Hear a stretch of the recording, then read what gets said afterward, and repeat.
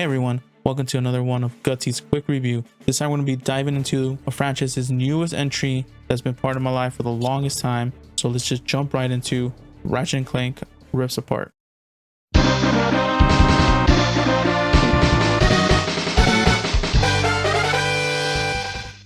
The year was 2002, and there I was in my local Hollywood video, and Ratchet & Clank caught my eye and has been part of my life since. And yes, I was a Hollywood video kid, not a Blockbuster kid. If you don't know this about me, I'm a huge platformer guy. They are usually always my go-to game genre to play.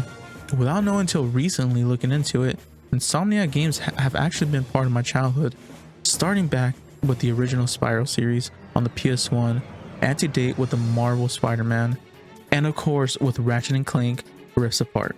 Ratchet & Clank to me is always going to be one of the big three platformers on the PS2, missing the days of playing Jak and Daxter, Sly Cooper, and of course Ratchet & Clank.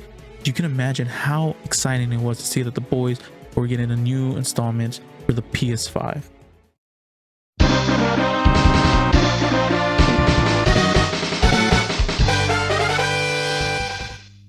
Now, without going into spoiler territory, we start off the story with a celebration for Ratchet & Clank. Even though it's been years since they've done any hero work, the people still celebrate all their heroic accomplishments. The little tutorial section is a nice way to show you how to play the game, but also a nice recap of all the previous games.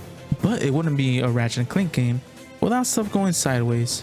During the celebration, Goons for Less show up and start trying to take on the heroes, even though everyone in the crowd just thinks it's part of the show. Not standing a chance for good old Ratchet & Clank, they make quick work of the Goons for Less and get to the end where Clank had a surprise for Ratchet. Clank repaired the Dimensionator that will let Ratchet go see the other Lombaxes and his family. However, Dr. Nefarious shows up and steals the Dimensionator.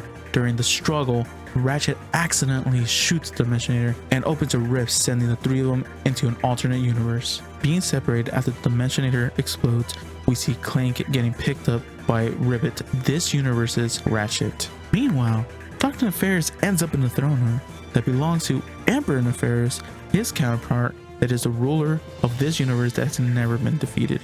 Poor Ratchet ends up being alone and sets off to find Clank, which he eventually does, and he teams up with Rivet and the Resistance to take down the two Nefariouses and save the dimensions. Of course there's more to the story, but I don't want to spoil anything so everyone can enjoy this game like I did.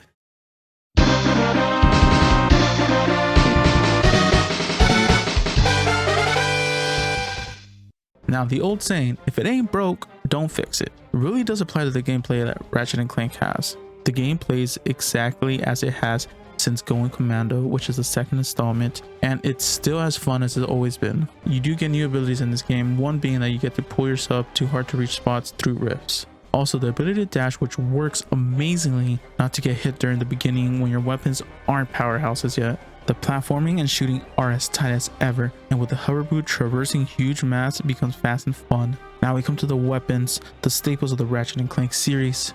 The arsenal you get is tremendous, and once you upgrade them, they become even more awesome. I always love using the minion weapons and just seeing them do all the work while I sit back and watch all the goons get destroyed.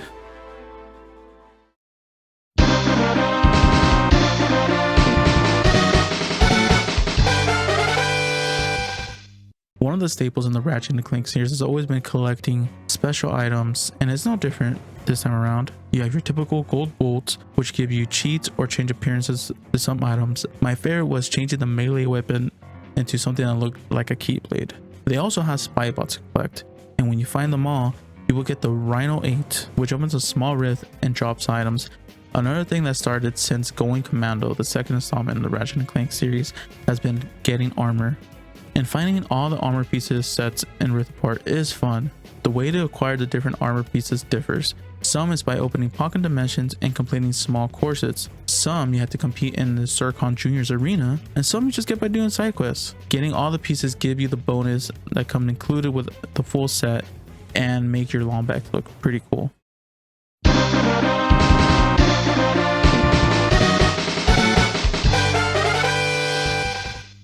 Being one of the only new games in this generation of consoles that isn't a remake, I was super excited to pick it up and have something to finally play on my PS5. That being said, I was not disappointed. I may be being a little biased because of my love for the franchise and the genre, but man, this game hits all the right spots for me.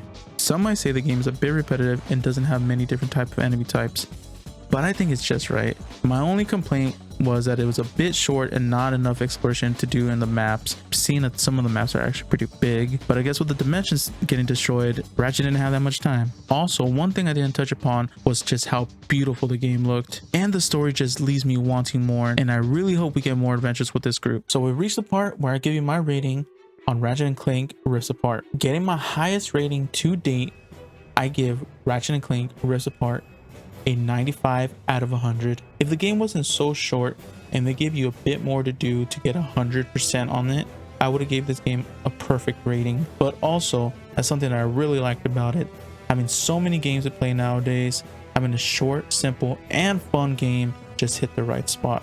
Thanks for watching, everyone. Hope you liked the quick review. Leave a like, comment, subscribe, all that good stuff you do on YouTube, and I'll catch you guys next time for the next Gutsy quick review. Later.